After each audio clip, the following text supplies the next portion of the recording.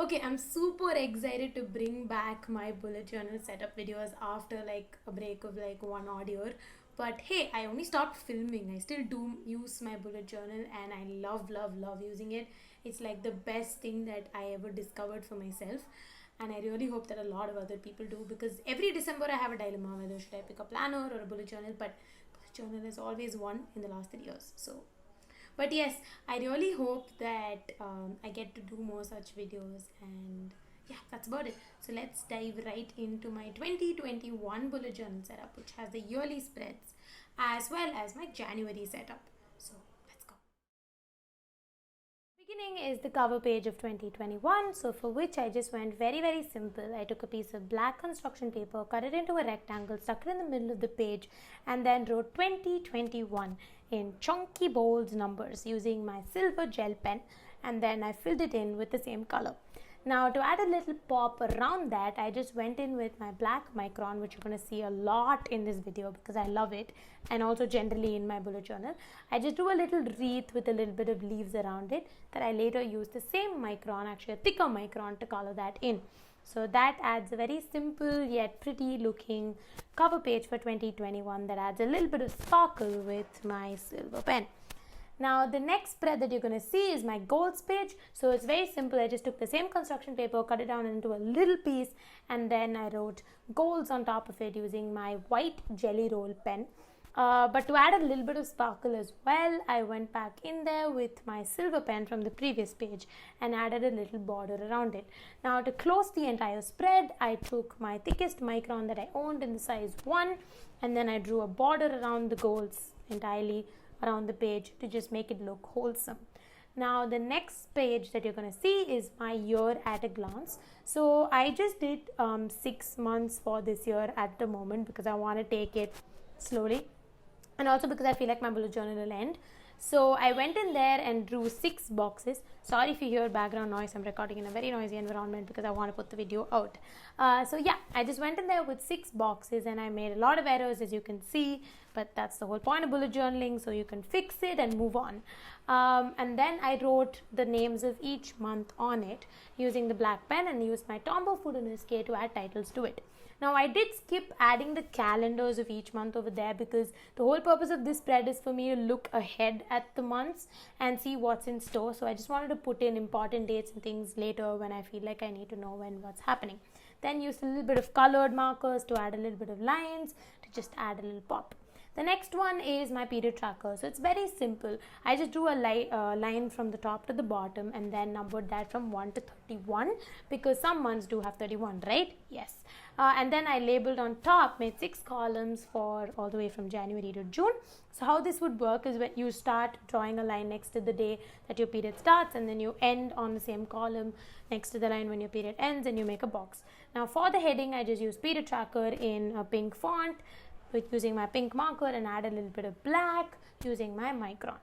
Now moving on to the next page, which is the most exciting page that I made, which is my January cover page. So I took my watercolor paper and drew a little bit of January on it with an arrow. Yes, I had fun with that. But to give it a little bit of uplift, I just took like some brown construction paper, scrunched it up and stuck it in the background. So that's my January cover page. Now moving on to the month at a glance. Yes, this is the most productive spread that I make, so I just didn't want to risk it. It's almost as usual as I make it every other time. So it's a double spread with 1 large box, actually 2 large boxes for each page, and then I divide that into 2, one small and the larger one. The smaller one's going to have the dates, and the larger one is going to be divided along those dates to have your daily tasks and to-dos. So this is mostly for me to look through ahead in the month and figure out and plan on what's happening. So for the heading, I just wrote month at a glance and all of that in black because why not? January is pretty much of a very black month because I just wanted, get that going and everything. The next one is my trackers page. So for the habit tracker, it is very simple. It's just one box that I divided into 4, wrote numbers 1 to 31 on the side, and I decided to track 4 habits, which is water, workout, reading, and journaling. So for my mood tracker, it was again one big box with 30 circles, and in the key, I'm just going to go in there and draw a bunch of emojis that I can go back in there and fill, because why stress when you need to just get back in there and draw a bunch of smiley faces? So yeah. because January gets a little hectic for most of us, so didn't want to put like a spread that involved me to do a lot at the end of the day. And that closes my trackers page. Of course, I need to add a header to it. That's right there. Now, the next one is a very interesting spread. It's my podcast checklist page, because I've been listening to a lot of podcasts in 2021. I don't want to call it a podcast tracker, so I wanted to call it a podcast checklist. So basically, I would put down here as to what are the podcasts I'm listening and how many episodes that I need to finish listening to and XYZ.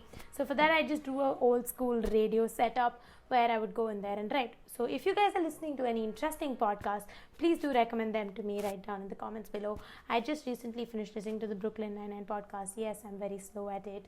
But yeah, if you do have interesting podcasts that I can listen to on Spotify or Apple or wherever, just put them down in the comment below or DM me so that I will listen to it and I'll bother you to figure out where it's available. So yes, once I finished drawing the whole radio thing, I just added podcast checklist on the top, because why fancy the rest? And that's fin. Moving on, it's my master checklist. So I am a very notebook obsessed person, so I have multiple notebooks to track and write down to-dos for multiple things that include work, personal goals, and classes that I take. So the master checklist is basically me dividing into a weekly approach where I put them down into each week. So I have 4 boxes for 4 weeks in January, where I would be putting down the most important tasks that I need to get done by that week. Like for example, oh, by the way, I just went back in there to make some errors, so don't panic. I just wanted to wipe them out. So yeah. There would be 4 weeks where I would put in things like an important critical client meeting that I need to attend, or probably the decks that I need to send out, or finish recording an episode, or have shoot, or figure out costumes for my FTW shoot, XYZ. So that's the master checklist. Now the final page is my most interesting page, which is my brain dump page. One thing that I really look forward to. So it's very simple, that says brain dump. Now moving on to the flip through. Thank you so much for sticking on till the end and supporting all that I do with my bullet journal. If you really like to see more such videos, please do let me know. I will take the effort, and if you have any questions or doubts that you want to ask or shoot about bullet journals, please do let me know. Until next time, tata, bye.